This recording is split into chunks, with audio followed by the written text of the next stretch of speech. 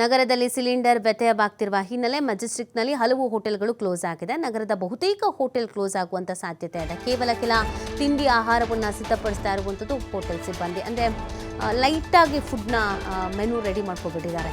ಒಂದು ಕಾಫಿ ಆಮೇಲೆ ಲೈಟಾಗೆ ಏನಾದರೂ ಕೊಡೋದಿದ್ರೆ ಅಂತ. ಅಂದರೆ ಫುಲ್ಲು ಕ್ಲೋಸ್ ಮಾಡೋ ಬದಲು ಅಟ್ಲೀಸ್ಟ್ ಇದನ್ನಾದರೂ ಮಾಡೋಣ ಅಂತ. ನಿಮಗೆ ಮೀಲ್ಸ್ ಅಂತ ಬಂದಾಗ ಮತ್ತೆ ಜಾಸ್ತಿ ಖರ್ಚಾಗ್ಬಿಡತ್ತೆ, ಮತ್ತು ಅದನ್ನು ಕೊಡೋದಕ್ಕಾಗಲ್ಲ.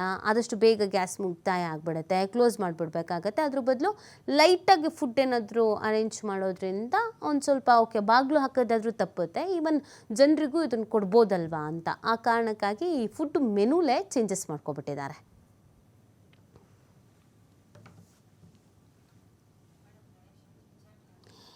ಇನ್ನು ಇದಕ್ಕೆ ಸಂಬಂಧಪಟ್ಟಂತೆ ನಮ್ಮ ಪ್ರತಿನಿಧಿ ಗಣೇಶ್ ಅಲ್ಲಿರೋರನ್ನ ಮಾತಾಡಿಸಿದ್ದಾರೆ. ಕೇಳೋಣ ಬನ್ನಿ ಏನು ಹೇಳಿದ್ದಾರೆ ಅಂತ. ಇಸ್ರೇಲ್ ಇರಾನ್ ಯುದ್ಧದ ಎಫೆಕ್ಟ್ ನೇರವಾಗಿ ರಾಜಧಾನಿ ಬೆಂಗಳೂರಲ್ಲೂ ಕೂಡ ಬೀರ್ತಾ ಇರುವಂಥದ್ದು. ಮುಖ್ಯವಾಗಿ ಗ್ಯಾಸ್, ಅದರಲ್ಲೂ ಕೂಡ ಕಮರ್ಷಿಯಲ್ ಸಿಲಿಂಡರ್ಗಳ ಕೊರತೆ ಈಗ ಪ್ರಮುಖವಾದಂತಹ ವಿಷಯವಾಗಿ ಮಾರ್ಪಡ್ತಾ ಇದೆ. ಅಂದಾಗೆ ನಾವು ಮೆಜೆಸ್ಟಿಕ್ಕಿನ ಹೃದಯ ಭಾಗ ಅಂತಂದರೆ ಕೃಷ್ಣ ವೈಭವ್ ಅಂತ ಹೋಟೆಲ್ನಲ್ಲಿದ್ದೀವಿ. ಇವತ್ತು ಸಂಪೂರ್ಣವಾಗಿ ಈ ಒಂದು ಕೃಷ್ಣ ವೈಭವ್ ಹೋಟೆಲ್ ಕ್ಲೋಸ್ ಆಗಿರುವಂಥದ್ದು. ಮುಖ್ಯವಾಗಿ ಏನಂತಂದರೆ ಇಲ್ಲಿ ಕಾರಣ ಇವರು ನೀಡುವಂಥದ್ದು ಏನಂದರೆ, ನಮಗೆ ಕಮರ್ಷಿಯಲ್ ಸಿಲಿಂಡರ್ಗಳ ಪೂರೈಕೆಯಲ್ಲಿ ಸಾಕಷ್ಟು ವ್ಯತ್ಯಯಾಗಿದೆ, ನಮ್ಮ ಡಿಮಾಂಡ್ಸ್ ತಕ್ಕನಾಗಿ ಸಿಕ್ಕಿಲ್ಲ, ಹಾಗಾಗಿ ನಾವು ಅನಿವಾರ್ಯವಾಗಿ ಅಡುಗೆ ಮಾಡಲಿಕ್ಕೆ ಏನು ಆಹಾರವನ್ನು ತಯಾರು ಮಾಡಲಿಕ್ಕೆ ಸಾಧ್ಯವಾಗ್ತಿಲ್ಲ ಅನ್ನುವಂತಹ ಮಾಹಿತಿಗಳನ್ನು ನೀಡ್ತಾ ಇದ್ದಾರೆ.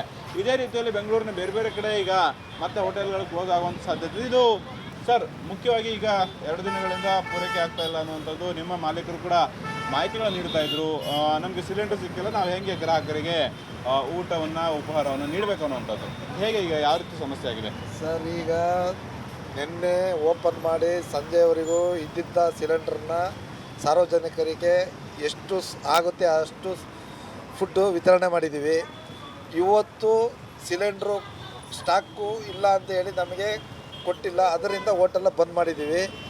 ಈಗ ನಮ್ಮ ಮಾಲೀಕರಾದಂಥವ್ರಿಗೆ ತಿಳಿಸಿದ್ದೀವಿ. ಅವ್ರು ಹೇಳಿದ್ದಾರೆ ಇವತ್ತು ಸಂಜೆ ಒಳಗೆ ಅರೇಂಜ್ ಮಾಡಿ ವ್ಯವಸ್ಥೆ ಮಾಡಿ ಕಳಿಸ್ತೀವಿ, ನೀವು ಹೋಟೆಲ್ಲ ಓಪನ್ ಮಾಡಿ ಅಂತ ಹೇಳಿದ್ದಾರೆ.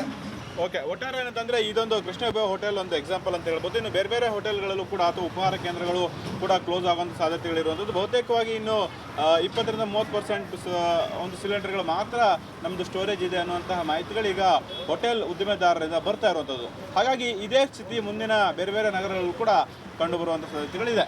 ಕ್ಯಾಮ್ರಾಮನ್ ಪಂಪಾಪ ಜೊತೆ ಗಣೇಶ್ ಅಡ್ಡೆ, TV5 ಕನ್ನಡ, ಬೆಂಗಳೂರು.